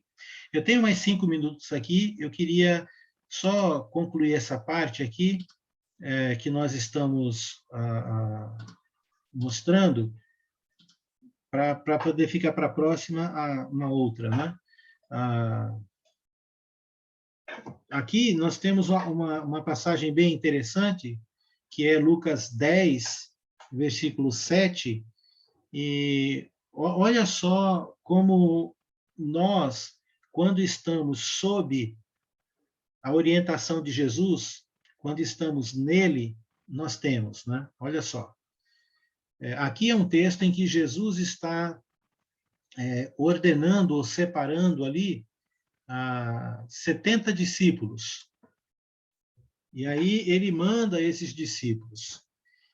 E ele diz que os discípulos devem ir por todo canto pregando a palavra, e Jesus deu a esses discípulos autoridade espiritual, sobrenatural, sobre os demônios, inclusive, para curar e assim por diante. E ele deu instruções. E aí esses discípulos saíram fazendo exatamente o que Jesus havia ordenado e o que Jesus tinha, usando os recursos que Jesus tinha dado para eles. Jesus disse para eles, por exemplo, não levar bordão, que é uma sacola para guardar comida, dinheiro. Eles não tinham que levar túnica extra. Ou seja, é como se Jesus tivesse falado para você vai fazer uma viagem para tal estado e vai ficar lá 20 dias, mas você não pode levar mala, você não pode levar dinheiro, você não vai levar nada. E aí você pensa, que isso, senhor? O senhor não está bem, né? Como que eu vou fazer uma viagem para ficar 20 dias em outro estado e eu não posso levar nem dinheiro, nem mala, nem roupa, nem nada? Ele falou, é isso aí, você não vai levar nada. Você vai e vai seguir minhas instruções, só isso. Ou seja, o que Jesus estava querendo ensinar aos discípulos é que eles não precisam de mais nada para realizar a vontade de Deus, a não ser a disposição deles em estar em obediência a Deus, em seguir. Lembre-se que a Igreja de Cristo, ela nunca cresceu tanto exponencialmente, né, de forma exponencial, quanto no primeiro século, quando não tinha internet. Como que a igreja cresceu tanto no mundo, globalizando-se, sem internet? Por que Deus não esperou uns 2 séculos para Jesus vir? Jesus ia ter uma atuação tão grande, né? Não, mas numa pregação só, 3.000 aproximadamente. Sem rádio, sem mídias, não é? Na lata. Será que isso não é também, hoje, para nós, um exemplo de que o poder de Deus supera qualquer tipo de condição, ou plano, ou método humano? E muitas vezes nós somos desafiados a lidar com o inimigo confiando em coisas que são falsas, que é sobrepondo a vontade de Deus sobre a nossa capacitação, como acabou de falar, por exemplo, o Cláudio aí. Então, Jesus chega para os discípulos e fala, vão, e vão assim, sem nada. E eles foram. Depois de um tempo, os caras voltam. E aí diz lá, então regressaram os 70. Cheio de reclamação, resmungando, dizendo para Jesus, não deu certo, não foi bem assim como o Senhor disse.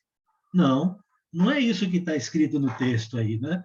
Eles voltaram possuídos de alegria, eles experimentaram, né, a fé, a simplicidade, o ridículo, o absurdo do ponto de vista humano, que era fazer uma viagem com esta missão sem nada, inclusive dinheiro. E eles disseram, cheios de alegria, eles disseram, Senhor, uau, os próprios demônios se submetem pelo teu nome. Ou seja, eles já começam falando da maior coisa que poderia ter acontecido com eles. Veja, eles não falam assim, a gente não ficou sem comer, comemos todo dia, a gente tinha hospedagem, as pessoas nos deram dinheiro. Não, eles não falam estas coisas humanas. A coisa que eles falam é aquilo que mais se sobressaía na questão do poder, que tem a ver com o que nós estamos falando aqui, que é a estratégia de Satanás. Eles disseram, os demônios se submetem pelo teu nome. Por isso é importante, no caso até mesmo de possessão, você fale bastante o nome de Jesus e você tem autoridade para isso. Então, versículo 18, né? Mas Jesus, então, diz para eles o seguinte, olha só que Jesus diz, eu via Satanás caindo do céu como um relâmpago. Então, é aqui que se revela lá, o texto de Apocalipse 12, em que Jesus diz que houve uma batalha no céu e que Satanás foi expulso para a terra. E esta batalha, lá em Apocalipse capítulo 12, João diz para nós que a vitória foi porque aqueles que deram testemunho de Jesus, eles, em face da morte, não amaram a própria vida, mas testemunharam. E por causa do testemunho deles é que isso aconteceu. Ou seja, Jesus venceu Satanás de que forma? E ainda vence de que forma? Por meio de nós. Você e eu talvez tenhamos a seguinte ideia, que Jesus venceu Satanás porque ele era o super-homem, super-Deus. Ele era Deus. Ele era Jesus. Por isso que ele venceu Satanás. Aí Jesus chega para a gente e diz, não, vocês não entenderam, não. Eu só fiz uma parte. E até foi por pouco tempo, 3 anos e pouco. Na verdade, vocês farão maiores obras do que eu. Maiores do que eu. Então, Jesus, na mente dele, a vitória, ela é perpetuada, ela é continuada por meio dos seus discípulos, quando eles fazem isso. E aí nós estamos derrotando Satanás, entendeu? Quando a nossa confiança está exclusivamente em Deus. Então, você já pensou? Acabamos de falar sobre psicólogo e psiquiatra. São profissionais que, quando cristãos, podem nos ajudar muito. Mas a ajuda deles, na verdade, é para nos levar a um amadurecimento que, às vezes, nem precisaríamos dele, né? Na maioria dos casos. Porque nós já temos dentro de nós um grande psicanalista e psicólogo chamado Espírito Santo. Nós já temos um Senhor para ouvir a gente, né? que é Jesus, é Deus. Quando o cristão ora o tempo todo, quando ele está assim, ele está o quê? Ele está falando com Deus o tempo todo. Ele está falando. Qual é o princípio do autoconhecimento, da cura, ou seja, como for, desse meio que trabalha com a saúde mental das pessoas? É que a pessoa é curada pelo que ela fala, pelo que ela expõe, pelo que ela diz, pelo que ela põe para fora e tal. Mais do que falar com Deus e Jesus e ter o Espírito Santo dentro de nós, não é? Então, é isso. E aí, no versículo 19, diz, eis aí vos dei autoridade para pisar de serpentes, escorpiões e, sobretudo, o poder do inimigo, e nada absolutamente vos causará dano. Quando ele diz nada vos causará dano, não é que nós somos blindados, que não vamos ficar doentes, que não vamos morrer. Não é isso. Nos causará dano no sentido do quê? De que a nossa vida espiritual estará sempre preservada, a nossa salvação sempre preservada. Este dano nós não teremos. Agora, aqui, de forma até específica, eles também estavam cobertos de uma proteção, esses 70 especificamente, que diz sobre eles aqui, né? de uma proteção contra essas investidas aí de forma direta. Né? Então, não obstante, alegrai-vos, e aqui é importante, para a gente concluir, fechar, não porque os espíritos se submetem. Então, talvez eu e você fiquemos muito felizes de nos livrar de um pecado. Muito felizes de que Deus demonstrou o poder dele na vida da gente, e a gente agora tem certeza que estamos bem com Deus. E tal. A gente pode até ter várias experiências alegres, como eles tiveram aqui. Mas o que Jesus realmente coloca como que é importante, que é o motivo de alegria, é que os nossos nomes estão arrolados nos céus. Ou seja, mesmo tendo autoridade sobre espíritos, cuidado, este não é o foco. Entendeu? O foco é que você deve preservar-se, cuidar de você, para que o seu nome esteja lá no livro da vida. A partir de você, de mim, é que estas coisas vão se expandindo em ondas, atingindo pessoas. Porque se o nosso foco for somente as pessoas, então o que acontece conosco? Nós estamos nos perdendo. Equilíbrio. Equilíbrio. Começa com você e o seu relacionamento com Deus. Essa preservação de você ser reino e não estar no reino, de você ser uma luz, de você ser o que Jesus espera. E aí sim, o outro começa a ser importante. Mas se a questão é o outro, aí nós estamos fazendo uma inversão, né? Não pode. Okay? Quando Jesus diz que a gente deve amar o próximo como a si mesmo, Jesus está fazendo um jogo de palavras invertidas, mas isso não quer dizer que a última é mais importante do que a primeira. Não. É um equilíbrio que ele está querendo dizer, ok? Que ele está querendo propor. Começa com a gente, ok? Bom, por hoje, eu creio que a gente tem bastante material para pensar, né?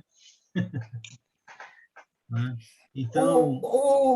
Bem rapidinho, Alex. Isso daí é aquela que fala em 1 Pedro 1:12, que essas coisas que os anjos até ansiavam em querer saber, essas coisas que nós sabemos, é isso que quer dizer aquilo? Nessa passagem que está citando, está mais relacionado à questão do poder e da consequência do evangelho na vida de uma pessoa. Então, coisas que os anjos anelam para escutar é a nossa experiência como pessoas, como seres humanos, em relação ao que propõe o Evangelho, a ação do Evangelho na minha vida. Então, os anjos não têm essa experiência, não têm esse conceito de saber o que é. Tá? Então, eu vou usar um exemplo só para você entender. Como que você pode descrever para uma pessoa o sabor de uma manga? Apaga aquela luz. Se eu experimentar. Então, mas a pessoa nunca experimentou, como é que você vai descrever para ela o sabor? Né? Então, assim, um anjo, ele nunca vai saber ou entender o que significa o conceito do que é ser um ser humano, obedecendo e lutando a palavra de Deus, porque ele não tem essa experiência. Ele pode observar isso, mas ele não pode, na sua plenitude, entender o que é isso. Porque o que é o arrependimento? O que é a luta, a batalha, não é, contínua que nós temos diante de um mundo contaminado para servir a Deus em obediência ao Evangelho? Essas coisas são coisas típicas nossa, só nossa. Eles não entendem mesmo. Não tem como entender. Tá. Entendeu? Ela é aqui. Oi. Obrigada, Alex. Nada. Nossa, foi maravilhosa a aula, Alex. Amém. Fale, João, e a gente encerra. A gente encerra com você.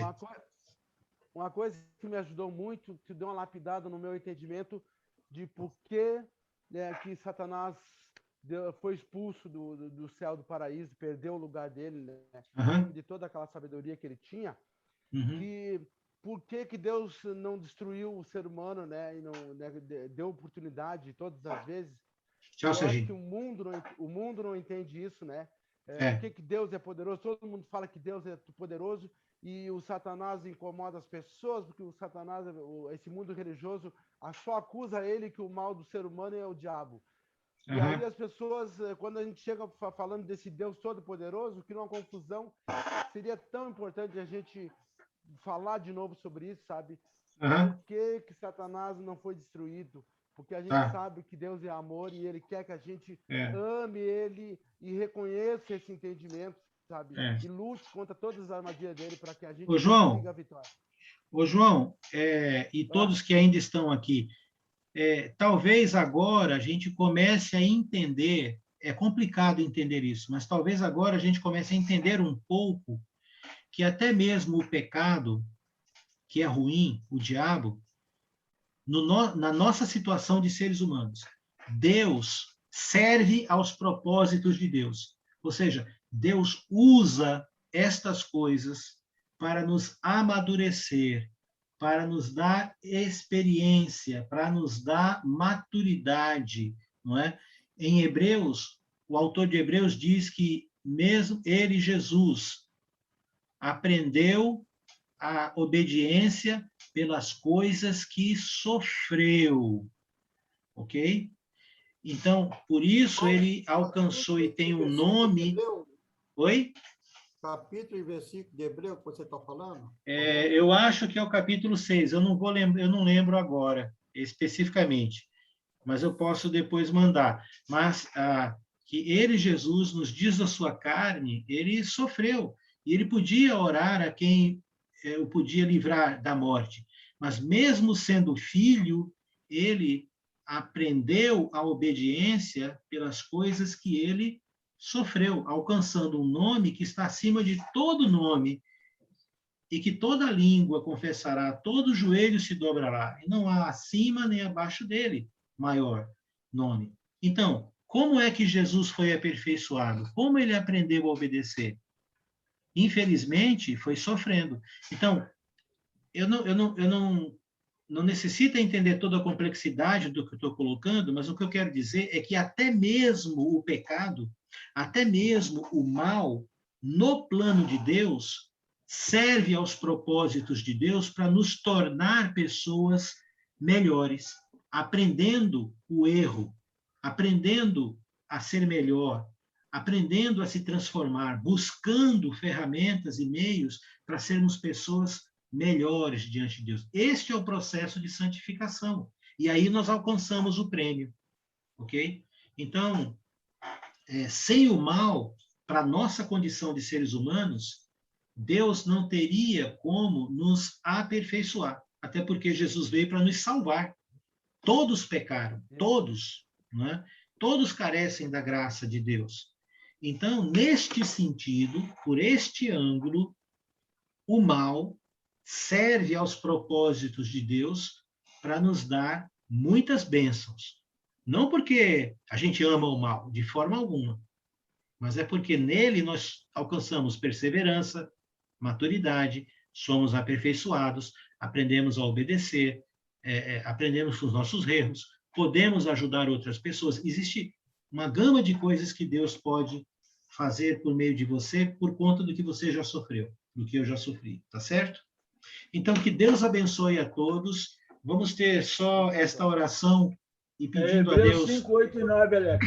Ótimo, Hebreus 5, 8 e 9. Valdivino, Hebreus capítulo 5, é bom ler o capítulo todo ali, tá bom?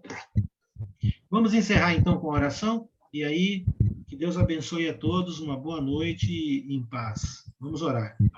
Soberano Deus, eterno Pai, o Senhor ouviu aqui alguns pedidos que já foram feitos, Pai eterno, e agradecimentos, mas dentre eles a dona Zita, Pai eterno, que está enferma, doente, a Benta também, a nossa irmã, que o Senhor cuide dessas queridas, Pai, os familiares, as pessoas em volta, provendo o que é necessário para que elas estejam confortáveis, estejam em fé.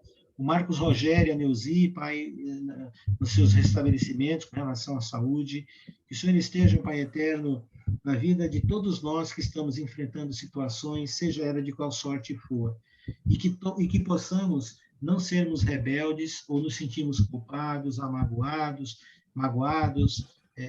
resmungando, mas que possamos, Pai eterno, demonstrar a nobreza de que pela fé e pela esperança no Senhor, pelo que o Senhor nos tem dado, pela salvação que o Senhor nos deu em Cristo Jesus, somos gratos, apesar de qualquer circunstância. Nos dê uma boa noite de sono, Pai, por favor. Em nome de Jesus, nós te oramos e agradecemos. Amém. Amém. Maravilha, meus irmãos. Que bênção, né? Eu tenho aprendido muito. Muito. Valeu, Simone. E respondeu várias perguntas. Obrigada, Alex. Que bom. Foi excelente, Alex. Mas com a turma dessa de colaboradores aqui, vocês são fantásticos aí, sem bajulação. É verdade mesmo. Deus abençoe a todos, viu? Grande abraço. Tchau, Simone. Tchau. Beijo, gente. Boa noite. Tchau, Val. Tchau, Mino. Com Deus. Tchau, Meinha. Paulo. Boa noite. Um abraço. Ô, José, querido. Beijão aí, que Deus te abençoe. Um abraço na esposa. Boa noite, Ayarada. Boa noite, Ana. Tchau. Boa noite, Neia. Boa Muito bom noite, estar com os querida. irmãos, Até né? mais. Boa Até noite. mais. Boa noite. Boa noite, Paulinho. Boa noite. 3, 2, 1. Tô fechando. Tchau, tchau.